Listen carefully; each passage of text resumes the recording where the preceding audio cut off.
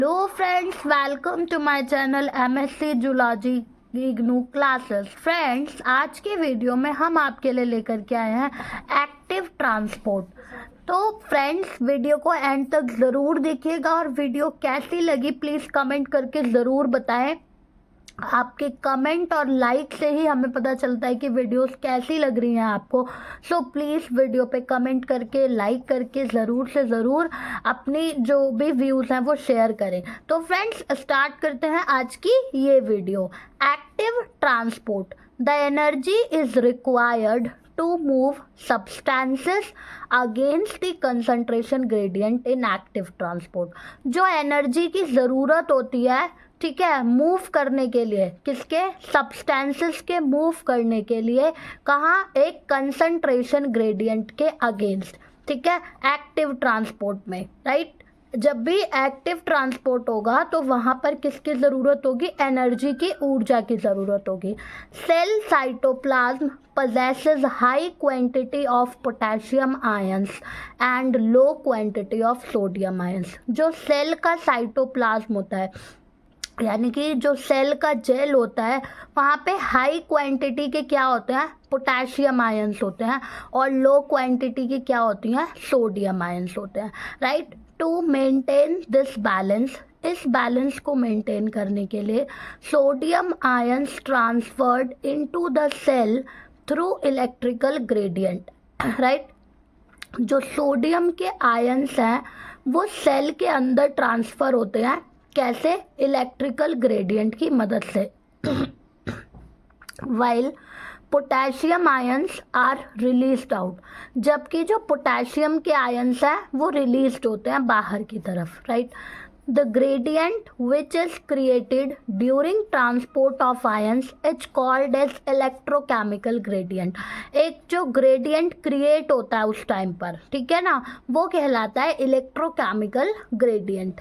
Energy in the form of ATP is used to transport ions against a concentration or electrochemical gradient, ठीक है। जो energy होती है ATP की form में वो यूज्ड होती है आयंस को ट्रांसपोर्ट करने के लिए, कैसे, एक कंसंट्रेशन ग्रेडियंट के या एक इलेक्ट्रोकेमिकल ग्रेडियंट के अगेंस्ट ट्रांसफ़र करने में मदद करती है। Pumps act as active transport proteins that work against the electrochemical gradient। जो पंप हैं वो एक एक्टिव ट्रांसपोर्ट की तरह काम करते हैं, और जो प्रोटीन्स हैं, ठीक है, वो इलेक्ट्रोकेमिकल ग्रेडियंट के अगेंस्ट वर्क करता है। It helps to maintain ion, ये आयंस को मेंटेन करने में मदद करते हैं। And substance concentration in the living cells, और लिविंग सेल्स में कंसंट्रेशन मेंटेन करते हैं सब्सटेंस की। Transporters are protein molecules that help in active transport. जो ट्रांसपोर्टर्स होते हैं वो प्रोटीन मॉलिक्यूल्स होते हैं जो कि एक्टिव ट्रांसपोर्ट में हेल्प करते हैं, राइट। देन यूनिपोर्टर, यूनिपोर्टर का मतलब होता है जो कि ट्रांसपोर्ट वन आयन या मॉलिक्यूल, जो एक आयन या मॉलिक्यूल को ट्रांसपोर्ट करते हैं वो यूनिपोर्टर होते हैं। और सिम्पोर्टर ट्रांसपोर्ट आयंस या मॉलिक्यूल्स इन द डायरेक्शन। सिम्पोर्टर वो होते हैं जो कि आयंस या मॉलिक्यूल्स को ट्रांसपोर्ट करते हैं एक डायरेक्शन में, और एंटीपोर्टर होते हैं जो कि ट्रांसपोर्ट करते हैं आयंस को अपोजिट डायरेक्शन में, राइट।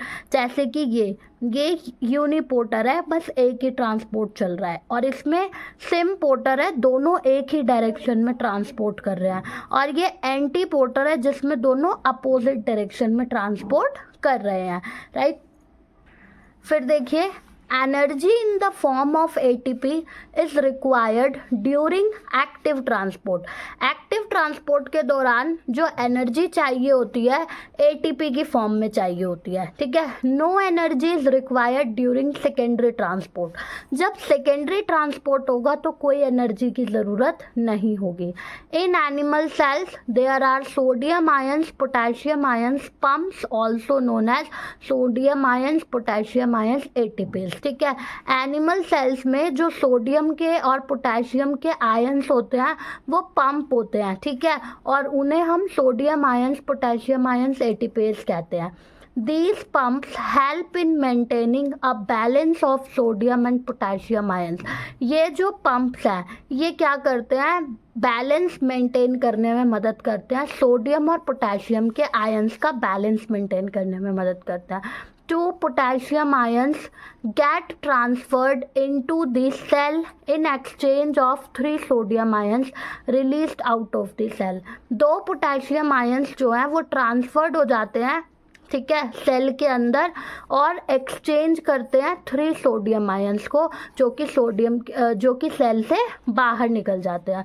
2 पोटेशियम आयंस क्या होते हैं, सेल के अंदर जाते हैं और 3 सोडियम आयंस वहाँ से बाहर निकलते हैं. तो ये हमारा कंप्लीट था एक्टिव ट्रांसपोर्ट. अब हम देखेंगे कैसे सोडियम पोटेशियम पंप ऑपरेट करते हैं, किस तरह से सोडियम और पोटेशियम का जो पंप है वो होता है. तो सबसे पहले binding of sodium ions to protein.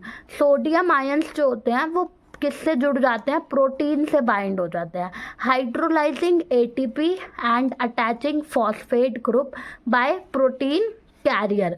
वो किससे हाइड्रोलाइज हो जाते हैं, एटीपी से हाइड्रोलाइज हो जाते हैं, ठीक है, एटीपी हाइड्रोलाइज हो जाती है और फॉस्फेट ग्रुप उससे क्या होता है, जुड़ जाता है, ठीक है, एक प्रोटीन कैरियर की मदद से. और जब फॉस्फेट ग्रुप जुड़ जाता है प्रोटीन कैरियर से तो फिर आगे क्या होता है, opening the membranes exterior.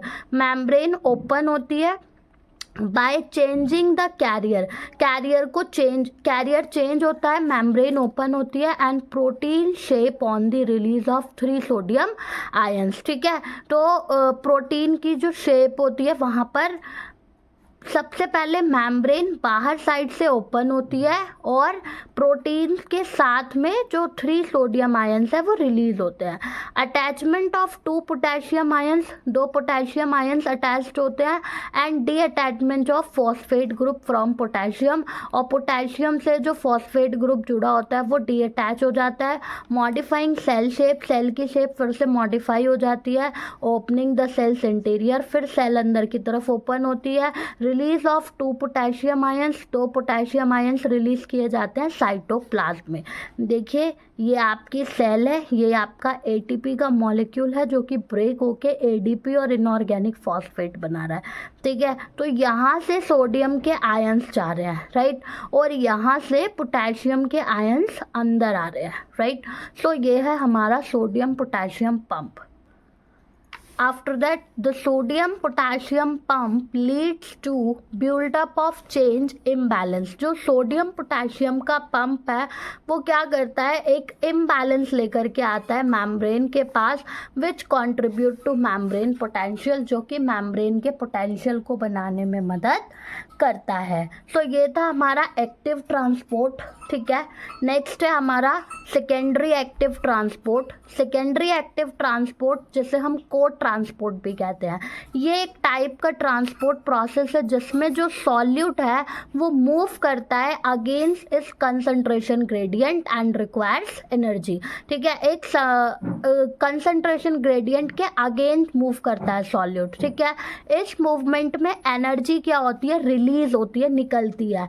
Open channel proteins transfer sodium ions across the membrane. जो ओपन चैनल प्रोटीन्स होते हैं वो सोडियम आयंस को ट्रांसफर करते हैं, ठीक है, मेम्ब्रेन के across down the concentration gradient. And important molecules such as amino acids, glucose, ये सब जो होते हैं ट्रांसफ़र होते हैं इसी प्रोसेस से. तो जो भी इम्पॉर्टेंट मॉलिक्यूल्स हैं, अमीनो एसिड्स हैं, ग्लूकोज है, वो सब क्या होते हैं, इसी प्रोसेस से ट्रांसफ़र होते हैं. तो ये हमारा सेकेंडरी एक्टिव ट्रांसपोर्ट है, राइट.